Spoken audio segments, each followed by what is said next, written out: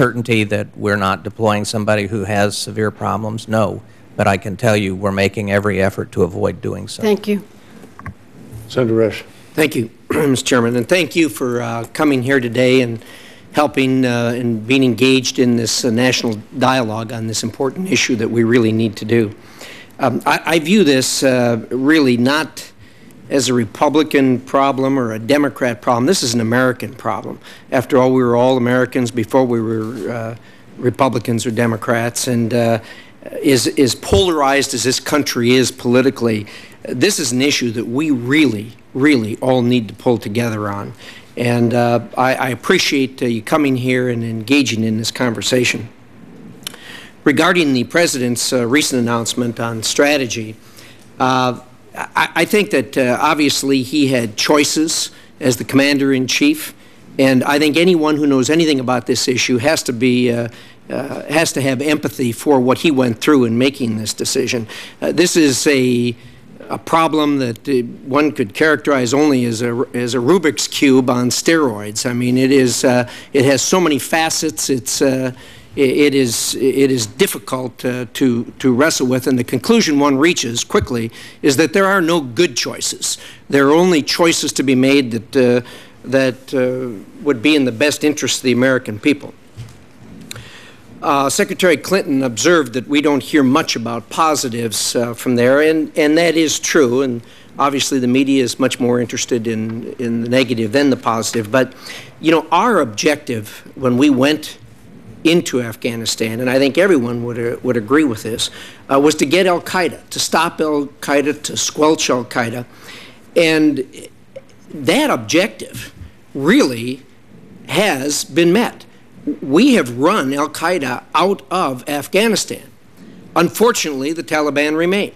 And the relationship that Secretary Clinton described between al-Qaeda and the Taliban complicates the issue tremendously.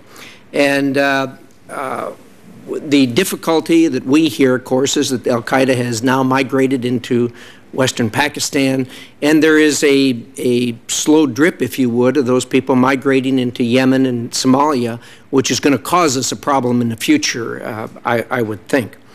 But in any event, I think that's a positive that we should look at in the fact that we have driven al-Qaeda out of Afghanistan, but we have to we have to deal with what's left over. This is a question that I have, and hopefully a brief question. As we build up now in Afghanistan, as the President has said we're going to do, and you look at what has happened in Iraq, whether you agree or disagree with whether we went there, whether we should have gone there in the first place, or whether the surge was good or bad, things seem to be generally better in Iraq today than what they've been. When you went through this exercise, was any consideration given to stepping up the drawdown in Iraq as we build up more quickly in Afghanistan? That is, did you consider stepping up the schedule for withdrawal from Iraq? Could I get a brief answer on that? The answer is no. General Odierno has a plan in terms of the drawdown to get our combat forces out of Iraq by the end of August 2010 and all of our forces out by the end of 2011. He has found that the conditions, the improved conditions that you referred to in Iraq have allowed for the early withdrawal of at least one brigade, but that was based on the decisions on the situation in Iraq itself. So they're really in none of our discussions, either in the Pentagon or in the interagency, was there a discussion of accelerating the drawdowns in Iraq. Thank you. If I could just add to that, in addition to the brigade, General Odierno has been very aware of the requirements for some of the key things, smaller forces, enabling forces, that he has agreed to transfer into Afghanistan. So he's been very supportive of this overall approach, albeit very consistent with what the Secretary said in terms of interagency consideration. Thank you, and I'd encourage that we keep an eye on that, and anything that can be done to accelerate that, I think, would be beneficial to everyone. Secretary Clinton, you articulated about as well as I've heard, trying to thread the needle on the business of our commitment.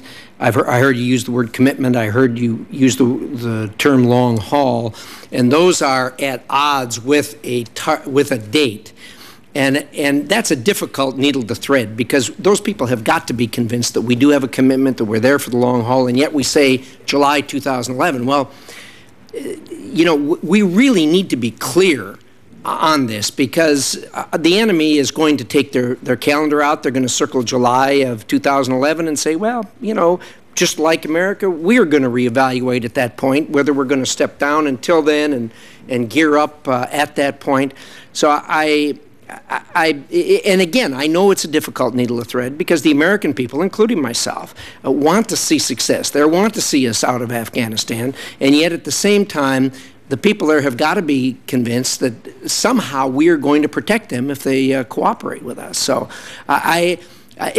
with all due respect, and I don't mean this maybe the way it's going to sound, but I heard Secretary Gates, I heard you talk about a target yesterday when you were talking about July of 2011, and yet the impression I got from the President was it isn't a target as much as a hard date for starting to draw down. And those two things are very difficult to reconcile. So again, I'm being critical here without an answer, but that is a difficult needle to thread, but you're going to have to do it. Let me just start briefly by saying that I think through the course of the questioning yesterday, what I was trying to make clear is that the date of July 2011 to begin thinning our forces and transitioning the security responsibilities to the Afghans is a firm date that the President has established.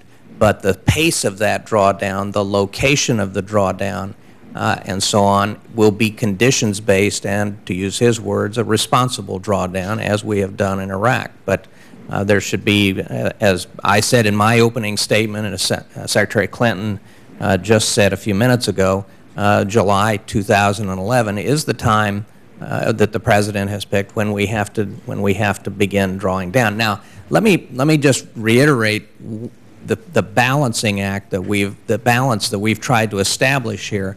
We are sending a signal of significant, I think, commitment to be successful in Afghanistan with the deployment of these additional forces. But at the same time, and as I said yesterday, one of the things that became clear at the end of the surge in Iraq was that the Iraqis wanted us out of the country as quickly as possible. That is not necessarily the case in Afghanistan. They live in a rough neighborhood, and our sense is there are a number of Afghans that would like to have us hang around in the United States Army and Marine Corps, protect them for the indefinite future. So one of the purposes of this date, an important element of this date, is to put the Afghans on notice and give them a sense of urgency that they must begin to accept their responsibility for their own security, and it's going to start then, so they have to get their men recruited, get them trained, and get them into the field and into combat with us. So it's a combination of sending a message of commitment, but at the same time putting the Afghans on notice that the time is coming when they are going to have to establish their own security or maintain their own security. I couldn't agree with you more that the sense of urgency really seems to be lacking there, and they need to be, as the chairman had said earlier, that they really need to have a sense of urgency instilled in them. And they think in terms of centuries, we think in terms of months, so it's a difficult proposition. Thank you very much. Senator, could I just add one comment to that? I mean, this date has also been described as arbitrary. It's not arbitrary at all. On the military side, we feel that time frame between roughly July 2009, when the Marines arrived in Helmand, and into July 2011, we will know whether we're going to be successful or not. And so, thinking that believing this is the right strategy and that we will be successful, we think that time of beginning the transfer of security responsibility and the transition is the right time. And then again, that responsibly and based on conditions. But it was not an arbitrary date. it is the third summer, if you will, that the Marines will be in Helmand, and we will have a clear indication from three seasons, if you will, at the heart of the fighting season there, that which way this is going. Thank you, Admiral. Sir Mendez. Thank you. Thank you all for your service to our country. I think we're all in a debt of gratitude, especially at a most difficult time. You know, Admiral Mullen, I heard you say that the